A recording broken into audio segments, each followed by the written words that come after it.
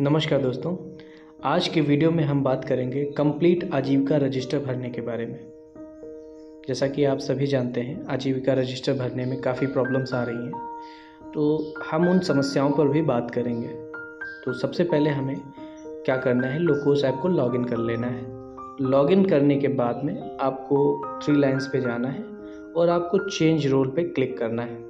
आप जैसे ही change role पे क्लिक करते हैं, आपने जो रोल असाइन किया है सीआरपी आजीविका का, तो आपको सीआरपी आजीविका पे क्लिक करना है और आपके सामने जो है आजीविका रजिस्टर का जो आपका इंटरफेस है वो ओपन हो जाएगा। यहाँ पर देखिए, मैंने पहले से ही कुछ एंट्री कर रखी हैं। देखिए, आपको टोटल मेंबर्स मेरे दिख रहे हैं और पेंडिंग फॉर अप्रूवल में दिख रहा है कि मैंने 2 को अप्रूवल के लिए भेजा हुआ है।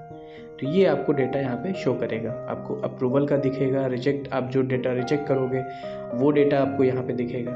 तो आज मैं आपको एक नए सिरे से एक नई महिला का डिटेल भर के बताता हूँ कि कैसे भरना है। और आपको कुछ चीज़ों की इसमें बेसिक जानकारी होनी भी ज़रूरी है। जैसे अगर मैं फसल की बात करूँ तो फसल में आप लोग उसको नोट भी कर सकते हैं। मैं आप लोगों को बता देता हूँ। जैसे कि सभी जानते हैं कि हमारी मेन जो होती है सीजन्स जो होते हैं वो हमारे 3 सीजन्स होते हैं। एक खरीफ होता है, रबी होता है, जायद होता है। तो आप लोग नोट कर लीजिए। खरीफ की फसल जो होती है हमारी, इनमें आपका धान, अरहर, मक्का, बाजरा, कपास, मूंगफली, शकरकंद, उड़द, मूंग, ज्वार, गन्ना, सोयाबीन, भिंडी, तिल, जूट, ग्वार, ऐसी फसलें जो आती हैं ये हमारी खरीफ के सीज़न में आती हैं। अब इसके बाद मैं रबी की अगर बात करूं तो रबी में आप सभी जानते हैं गेहूं अब सबसे प्रमुख फसल है हमारी। गेहूं होता है, जौ है, आलू है, चना, मसूर, अलसी, मटर, सरसों, ये हमारी रबी की फसल में आती हैं। अभी आपकी खरीफ और रबी की बात हो गई है। अब मैं जायद की बात करता हूँ। जायद की फसल वो होती है जो कद्दू वर्गीय, आप लोगों ने नाम सुना होगा, जितनी कद्दू वर्गीय फसलें होती हैं वो सारी हमारी जायद में आती हैं। जैसे आपका खीरा है, ककड़ी है, आपका तरबूज है, ये जितनी भी इस तरह की चीज़ें होती हैं वो हमारी जायद में आती हैं। सूरजमुखी भी आपका जायद में ही आता है। चलिए हम शुरू करते हैं फीडिंग की। तो आपका टोटल मेंबर्स दिख रहा है। आप मेंबर्स पे, आप यहाँ पे टोटल मेंबर्स पे भी क्लिक कर सकते हैं।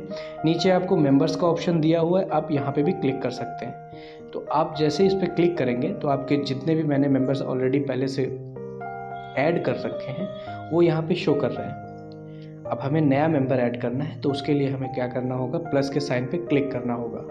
देखिए, प्लस के साइन पे क्लिक करने के बाद में आपको सबसे पहले पूछता है कि क्या पिछले किसी क्वार्टर में आपने किसी महिला का डिटेल भरा हुआ है। अगर उसको यस करेंगे तो आप सर्च करके उस महिलाओं की डिटेल ले सकते हैं, अदरवाइज इसको नो करके ओके कर देंगे। इसके बाद में आपके सामने जो इंटरफेस आएगा, आपसे जिस आईडी को आपने लॉगिन किया है आपको वही पंचायत आपको पूछेगा।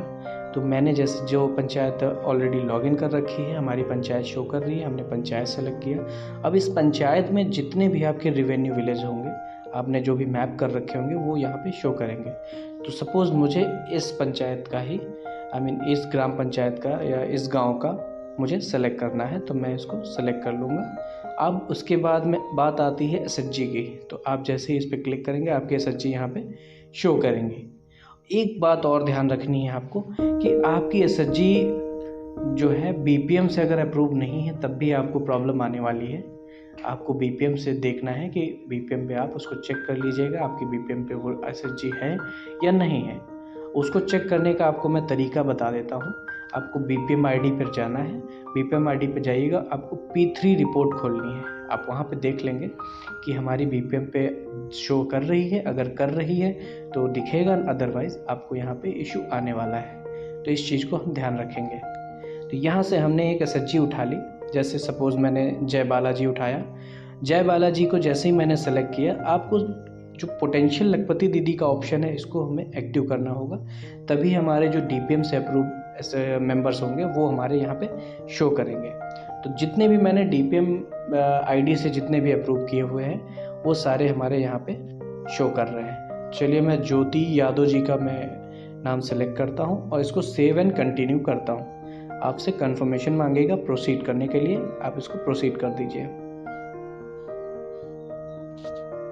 इसके बाद में आपसे इसकी प्रोफाइलिंग के बारे में पूछेगा, आपसे बेसिक डिटेल्स पूछेगा कि जो इनकी कैपिटल कैटेगरी है वो कौन सी है, फंड है कोई या फिर लोन लिया हुआ है। सपोज उन्होंने लोन लिया हुआ है तो लोन मैंने सेलेक्ट कर लिया। इसके बाद में आपसे पूछेगा कि कैपिटल सोर्स क्या है। आप इस पर क्लिक करोगे तो उन्होंने जो पैसा लोन लिया है बैंक से लिया है या फिर एसएचजी से लिया है तो वो हमें सेलेक्ट करना होगा। मान लिया महिला ने एसएचजी से लिया हुआ है और टाइप ऑफ कैपिटल में आपको यहाँ पे CIF, RF और VRF दिया हुआ है। आपको यहाँ पे कोई एक फ़ंड आपको सेलेक्ट करना होता है। CIF में जो आपकी धनराशि अभी तक दी जा रही थी 1,10,000, हम सपोज़ मान लेते हैं उन्होंने CIF से पैसा लिया हो। मान लेते हैं महिला ने 80,000 रुपये समूह से ले रखे हैं, तो 80,000 रुपये हमने यहाँ पे डाला और उसके बाद में आपको नेक्स्ट बटन पे क्लिक कर देना है। आएंगे आप फॉर्म पे आएंगे तो यहाँ पे आपको कुछ ऑप्शंस दे रहा है। तो देखिए एनिमल हस्बेंड्री वो चीज़ है जिनके पास पशुपालन है वो यहाँ पे हम टिक करेंगे और जिनका नहीं है उनको हम नहीं टिक करेंगे। दूसरा आपका क्रॉप बेस्ड है तो आपके जितने भी महिलाएं होंगी क्रॉप बेस्ड तो यहाँ पे सेलेक्ट कर लेंगे। एक्वा फार्मिंग वो होता है जिसमें हम फिशरीज का करते हैं, जैसे मछली पालन है। फॉर्म के बाद में हमें नॉन फॉर्म सेलेक्ट करना है। नॉन फॉर्म पे आने के बाद हमारे पास कुछ ऑप्शंस आते हैं, जैसे हमारा मैन्युफैक्चरिंग है, ट्रेडिंग है, सर्विस है। इनमें से जो ऑप्शंस आप जो महिला जो एक्टिविटी कर रही है वो हम ऑप्शन यहाँ पे सेलेक्ट करेंगे, अदरवाइज इसको हम छोड़ देंगे। उसके बाद में आपका अदर्स में आप आइए तो अदर्स में आप देखिए वेज का ऑप्शन आता है, रेगुलर सोर्स का आता है। देखिए दोनों में डिफरेंस, आपका जो वेज है ये डेली बेसिस होता है, आप मजदूरी करते हैं, मनरेगा में काम कर रहे हैं, वो सारी चीज़ें आपकी वेज में आ जाती हैं। और रेगुलर सोर्स वो होता है जिसमें आप मान लिया एक छोटी सी आपकी दुकान है जिससे अर्निंग हो रही है, या आप ई-रिक्शा चलाते हैं, किसी अदर चीज़ों से आपकी जो अर्निंग आ रही है, डेली इनकम हो रही है, वो हमारी रेगुलर सोर्स में आ जाता है। सपोज़ मनरेगा में काम करती महिला तो वो वेज में मैंने सेलेक्ट किया और इसको सबमिट कर देता हूँ। सबमिट करने के बाद में आप देख सकते हैं यहाँ पे इनकी प्रोफाइलिंग कंप्लीट हो चुकी है। अब हमें लाइवलीहुड एक्टिविटी भरनी है। लाइवलीहुड एक्टिविटी भरने के लिए हमें सबसे पहले 3 डॉट पे क्लिक करना है। इसके बाद आपको लाइवलीहुड एक्टिविटीज़ में जाना है और यहाँ पर आने के बाद आप देखेंगे हमने जो जो ऑप्शंस वहाँ पे टिक किए थे वो हमारे ऑप्शंस यहाँ पे शो कर रहे हैं। तो सपोज़ पहले हम एनिमल हस्बेंड्री की बात करते हैं, हमने एनिमल हस्बेंड्री टिक किया था तो इस पे हम क्लिक करेंगे। अब यहाँ पे आपकी gross income, net income, total वहाँ पे अभी 0 दिख रहा है क्योंकि हमने अभी इसको ऐड नहीं किया है। तो हम सबसे पहले क्या करेंगे, ऐड एक्टिविटी करेंगे। ऐड एक्टिविटी करने के बाद में आपसे पूछेगा कि भाई आपके पास कौन सा पशु है, गाय है, भैंस है, जो भी है, आप किसी एक को सिलेक्ट करिए। जैसे उसके पास मान लेते हैं भैंस है। एनिमल सेलेक्ट करने के बाद में आपको नंबर ऑफ़ एनिमल्स डालना है, जितने भी पशु उसके पास होंगे वो हमें यहाँ पे मेंशन करना है। सपोज़ 4 पशु हैं उसके पास, 4 भैंसें हैं तो हम यहाँ पे 4 नंबर ऑफ़ एनिमल्स में 4 डाल देंगे। हमारी 12 से 15 लीटर दूध दे रही है तो 4 भैंसें आपकी हो जाएंगी 60 लीटर। में मान लेता हूँ कि 60 लीटर दूध वो दे रही है। तो अब यहाँ पे आपको जो अगला ऑप्शन हमारा आता है, पूछता है कि प्रोडक्शन जो हो रहा है वो उसकी यूनिट क्या है, केजी में हो रहा है, लीटर में हो रहा है, डजन में हो रहा है, क्विंटल में हो रहा है। तो सभी को पता है कि दूध हमारा जो लिक्विड फॉर्म होता है वो हम लीटर्स में नापते हैं, तो लीटर में हमने यहाँ पे सेलेक्ट किया। उसके बाद में आपसे सेलिंग प्राइस पर यूनिट पूछता है। पर यूनिट मीन्स हो जाएगा आपका 1 लीटर का जो रेट है वो आपको बताना है। मैंने मान लिया कि 40 रुपये में हमारा जो दूध है वो सप्लाई हो रहा है, तो उसके अकॉर्डिंग उसने यहाँ पे कैलकुलेट कर लिया टोटल कि 60 लीटर का 40 रुपये के हिसाब से 2400 रुपये आपका प्रॉफिट हुआ। ये इसके बाद में आपसे इनकम फ्रॉम अदर प्रोडक्ट्स की बात करता है। तो अदर प्रोडक्ट अगर आप मान लिया घी से या किसी अदर से करते हैं तो आप यहाँ मेंशन करेंगे, अदरवाइज इसको 0 कर देंगे। इसके बाद में आप income from sale of animal की बात करता है। तो अगर आपने पशु बेचा, अगर आप पशु बेचते हैं तो पशु से कितनी इनकम होती है। मान लेता हूँ कि एक भैंस उसने बेच दी, तो एक भैंस कम से कम 40 से 50 हज़ार में बिकती है, तो मैं 40,000 एक मान लेता हूँ कि 40,000 में उसकी भैंस बिकी। तो ये हमारा इसकी सेलिंग जो प्रॉफिट है, अभी तो ग्रॉस इनकम की बात हो रही है क्योंकि अभी हमने एक्सपेंडिचर यहाँ पे नहीं दिखाया है। Income from sale of animal हमने यहाँ पे मेंशन कर दिया है 40,000 रुपये। उसके बाद में आपसे पूछता है कोई स्प्रिंग एनिमल्स, मतलब अगर कोई हमारा पशु है उसके अगर बच्चों से हमें कोई इनकम हो रही तो वो यहाँ पे हम मेंशन करेंगे, अदरवाइज़ उसको नो कर देंगे। तो यहाँ पे हमने इसको नो कर दिया है। इसके बाद आपका एक्सपेंडिचर पूछेगा कि आपका एक्सपेंडिचर कितना हुआ।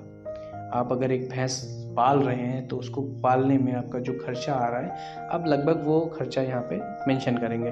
तो भैंस के लिए हमें चारे की व्यवस्था करनी होती है और रहने के लिए शेड और कई सारी खर्चे होते हैं।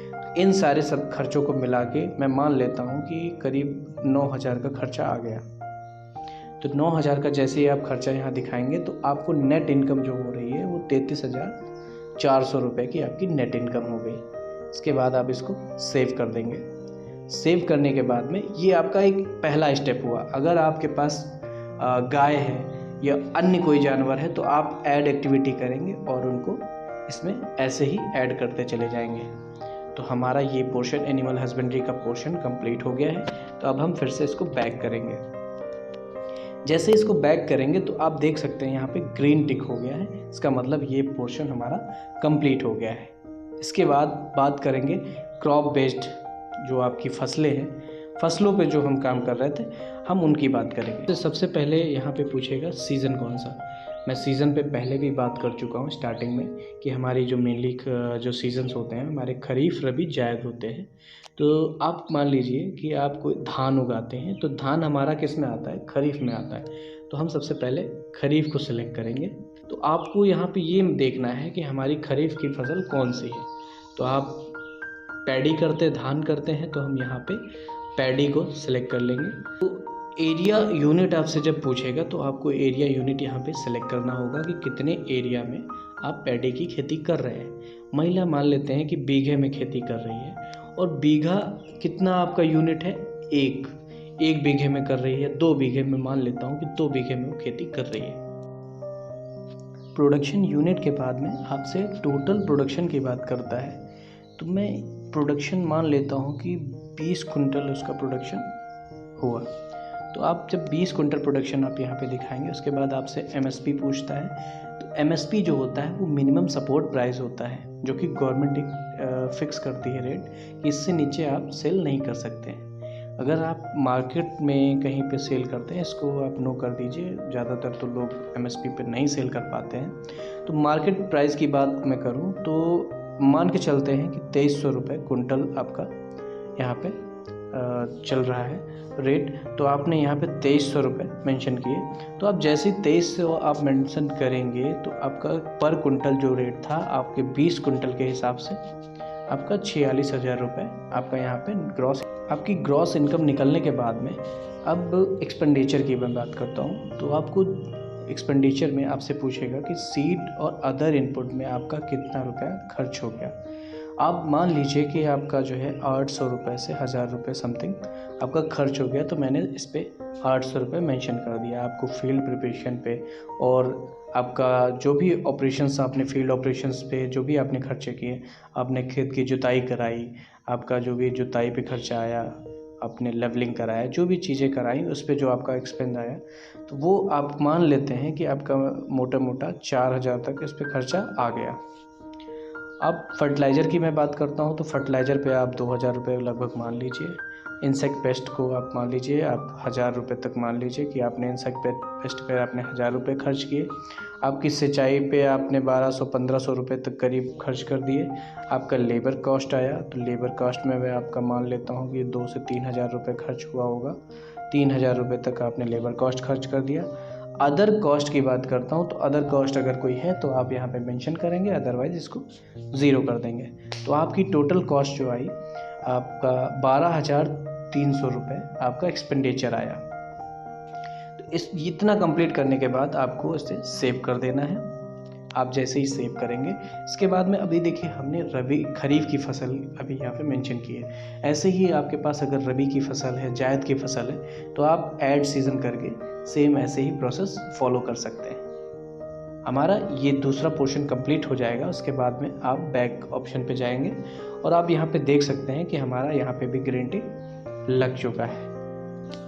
इसके बाद आपका लास्ट ऑप्शन बचता है वेजेस का।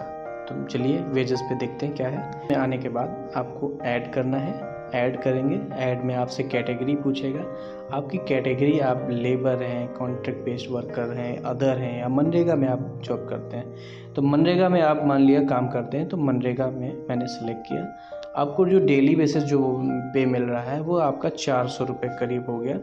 और एवरेज डेज आपने कितने दिन, आपने क्वार्टर की बात कर रहा है, यानी 3 महीने में लगभग आपने कितने दिन आपने काम किया।